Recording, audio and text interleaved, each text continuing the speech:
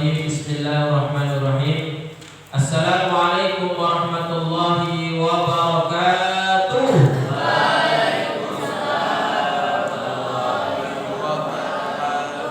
Kaifa halukum ya ikhwani? Alhamdulillah inni bil khair. Alhamdulillahilladzi khalaqa lakum ma fil ardi jami'an thumma istawa ila as-sama'i fasawwahunna sab'a samawat wa huwa bikulli syai'in 'alim. Allahumma shalli ala sayyidina Muhammad wa ala ali sayyidina Muhammad. Baik, alhamdulillah fi hadzal liqa' as-sa'id qadarna an nastami'a fi hadzal makan li ada'i ta'limi kitabi Bulughul Maram. Wa qabaila dzalika fa ahsanna an nursila hadayat al-Fatihah li muallif hadzal kitab wa huwa Syekh Ibnu Hajar al-Asqalani asa an yanfa'ana bi ulumihi fid dharain. Naqra sab'al masani al-Fatihah. A'udzu billahi minasy syaithanir rajim. Bismillahirrahmanirrahim. Alhamdulillahirabbil alamin arrahmanir rahim maliki yaumiddin. Iyyaka na'budu wa iyyaka nasta'in. Ihdinas siratal mustaqim. Shiratal ladzina an'amta 'alaihim ghairil maghdubi 'alaihim waladdallin. Amin ya rabbal alamin. Baik, nabda bil basmalah. Baik, kita akan lanjutkan pembahasan tentang fikih hadis. Ya, fikih yang diambil dari hadis-hadis karangan Ibnu Hajar al-Asqalani. Kita lanjutkan kemarin sampai hadis yang keberapa? 79 sekarang. Sekarang 79. Baik. Ya, mohon diperhatikan dan dicatat poin-poinnya. Yang selanjutnya wa 'anil Mughirah bin Syu'bah radhiyallahu anhu qala. Ini dari hadis Mughirah bin Syu'bah berkata, qala liyan nabiyyu, ya, Nabi mengatakan kepadaku, khudil idawata, ambilkan air, ya, seember. Fantalaqa hatta tawara. Kemudian Nabi pergi sampai membelakangi, atau membelakangi di sini maksudnya sampai benar-benar bersembunyi, ya, Nabi bersembunyi anni dariku. Faqadha hajatahu, kemudian buang air besar, dan hadisnya muttafaqun alaih. Apa yang bisa diambil hukum dari sini?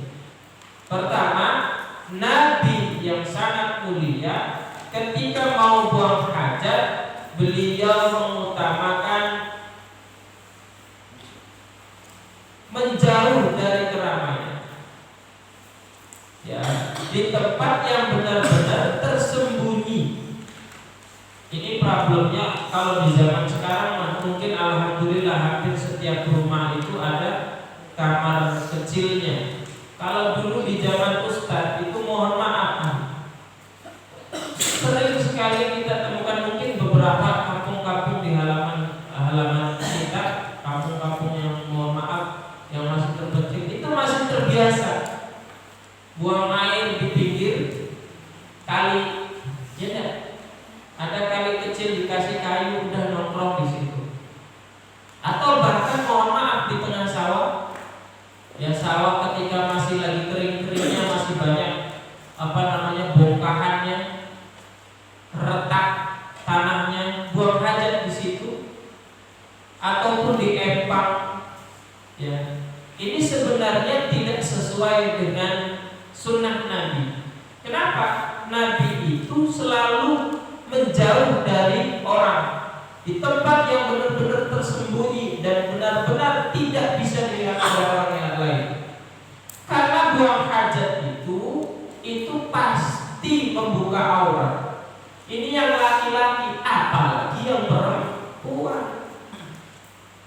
Ini problem sebenarnya, ya, problem di kehidupan kita. Bagaimana Ustaz kalau seandainya kita nggak punya kamar mandi, Ustaz? Rumah kita ini sederhana, nggak punya kamar mandi dan apa selain sebagainya. Ya carilah tempat yang benar-benar itu tidak terlihat oleh orang lain. Artinya artinya tidak di sembarang tempat.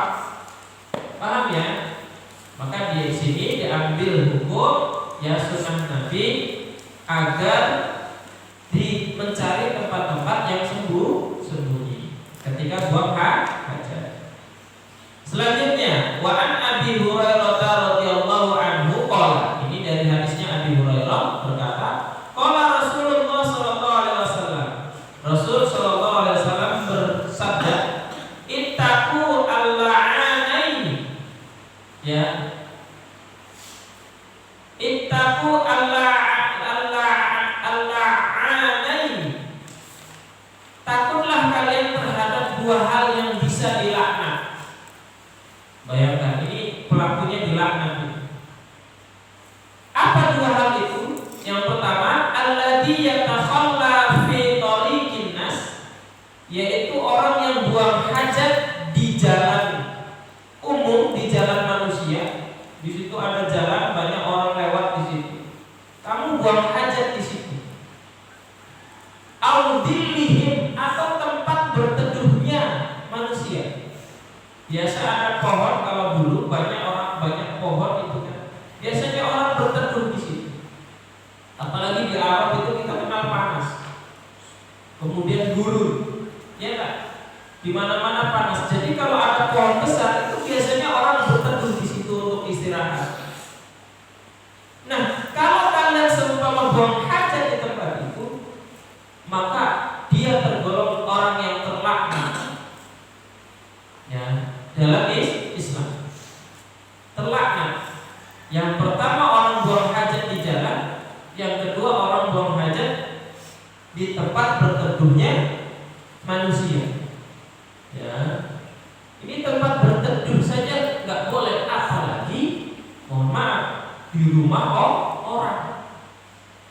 Apalagi mohon maaf ada kasus dulu itu, mohon maaf, tetangga sering buang kotoran di pagarnya tetangganya yang lain. Jadi karena benci terhadap tetangganya, hampir setiap hari dikirim kotoran. Masya Allah. Ini nggak baik sekali. Kita buang hajat aja karena kebelet, ya bukan karena sengaja ya, kebelet. Mohon maaf, ini bahasanya kebelet, nggak sengaja. Tapi di jalan umum itu saja terlaknat. Apalagi kalau buang hajat, mohon maaf, dikirim ke tetangganya, dikirim ke pagar tetangganya karena kita iri, dengki dan lain sebagainya. Itu apalagi? Ya enggak? Pasti terlaknat. Paham ya? Maka apa dua hal yang bisa terlaknat? Pertama, jalan umum, jalan raya, jalan setapak yang orang bisa lewat di situ. Yang kedua, di tempat orang berteduh. Orang berteduh nggak boleh ya. Ini orang lagi berteduh nyium apa nih, serem, masya Allah, serangan fajar. Ya, baunya kemana-mana. Baik, selanjutnya wazada Abu Dawud an Mu'adz radhiyallahu anhu, bahkan ditambahkan menurut Imam Abu Dawud an Mu'adz, diriwayatkan dari Mu'adz radhiyallahu anhu, al-mawarida, ditambahkan kata al-mawarida. Al-mawarida itu apa? Ra'su ain, ya, ataupun buang hajat di sumber air. Di sumber air, sumber mata air. Mohon maaf, kalau di pegunungan ya, biasanya ada sumber air yang mengalir dari pegunungan. Ya kan? Kadang air itu digunakan, mohon maaf, untuk nyuci, untuk minum. Ya kan? Untuk mandi. Buang hajat di situ. Waduh, itu parah. Parah kalau seperti itu. Ya lagi mandi, lagi nyuci, tiba-tiba ngapung, ketemu. Ini parah. Maka tidak boleh seperti itu ya. Walaftuhu, dan lafadznya ittaqu al-mala'ina tsalasah. Ya, jauhilah tiga hal yang bisa dilaknat. Kalau ini tiga hal malahan. Yang pertama, al-baraza fil mawarid, buang hajat di sumber air. Kemudian yang kedua tadi yang sudah disebutkan, di tengah-tengah jalan. Kemudian wadili itu adalah tempat berteduhnya